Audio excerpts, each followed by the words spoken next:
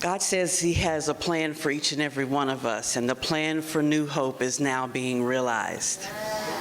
About 20 years or so, I was part of the PCD committee for the Presbyterian.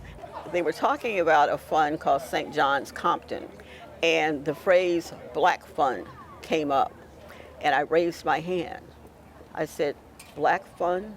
What is that, and what is it for?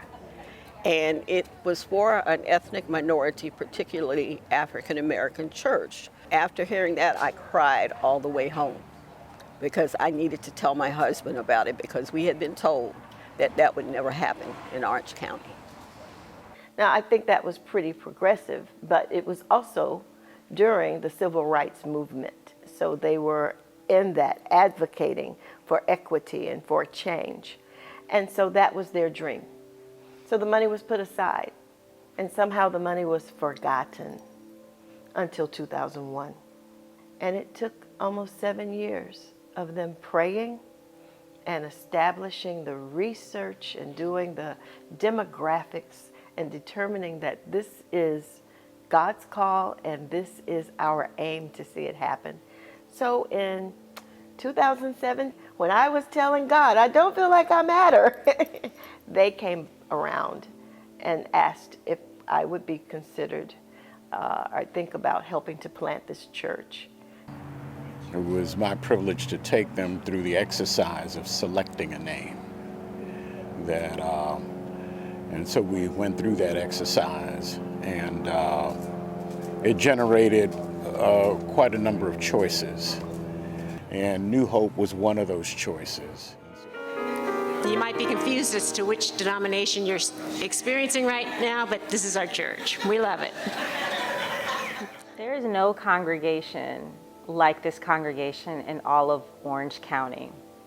It is something that did not exist before this congregation was chartered.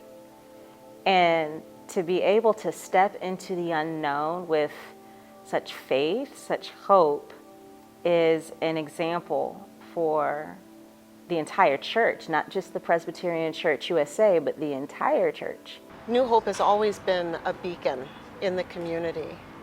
And where we are today, even though we are new to the community, we have already established some meaningful connections within the community. People are here to worship with us. People are here to receive the benefits that the church offers them, whether in food, whether it is in song and prayer. Yeah. St. Paul's is a congregation that has, like many congregations, had its heyday back many years ago and had membership around 400 or so. And when I came on, their membership was down to about 16 members or so. They had a very large piece of property, and they were in the stages of kind of discussing and deciding what would be next for St. Paul, what the future would hold. New Hope needed a new home. And St. Paul was in the process of discerning what it was going to do. So we had our first meeting. They walked and showed us where weddings were, how babies were born here, and what the spaces meant to them historically, funerals, hopes and dreams that were dashed and those that were accomplished. And out of that first meeting, we ended up having several more. What has been exciting to me, and I believe the members of St. Paul's, is that there has been rebirth or recreation of ministry on this corner. So what could have been a sad ending in some ways, I believe is really an exciting ending where the ministry is going to go on with St. Paul's and with New Hope, and there's going to be a continued ministry here on this corner in Anaheim. I think my hope would be to see the church continue to grow. Its ministries continue to become stronger, stay connected foremost with the community, and just see history just being made over and over and over again.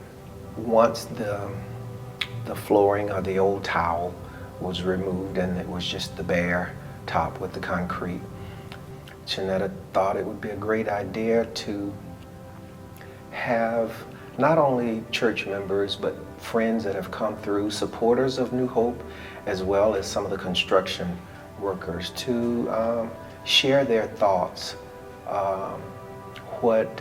If some of them may have had prayer requests or things of that nature.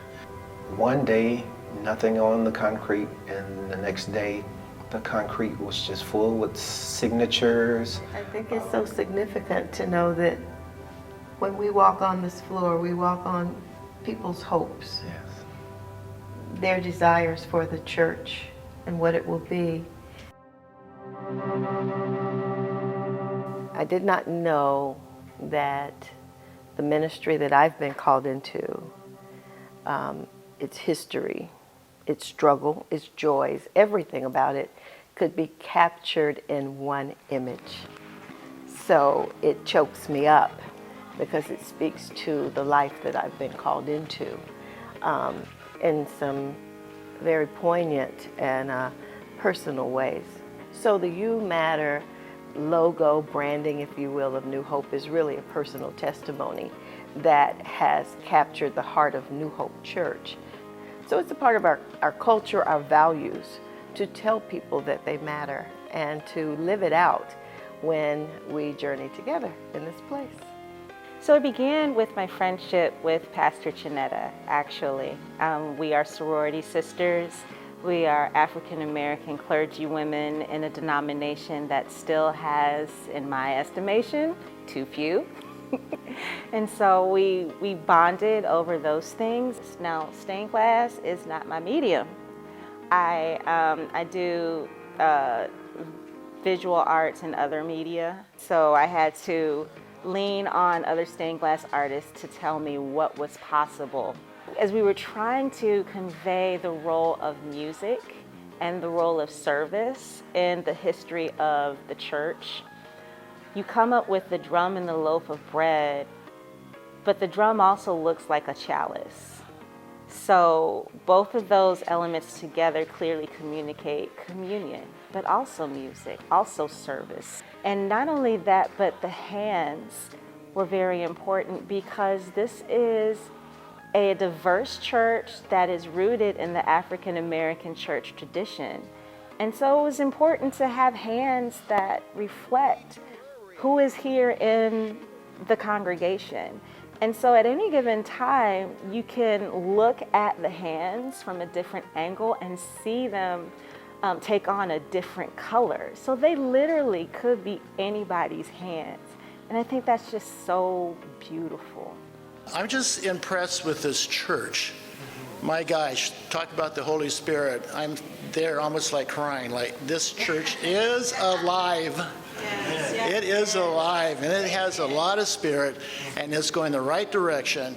There was a lot of intention built into the cross in order to capture the stories of the two congregations, their history, the legacy, and how God has brought all that together to where we are today.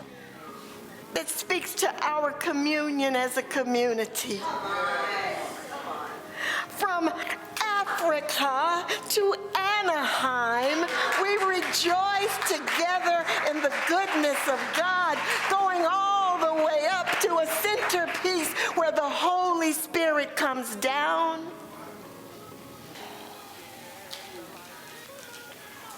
Arise and shine, for our light has come.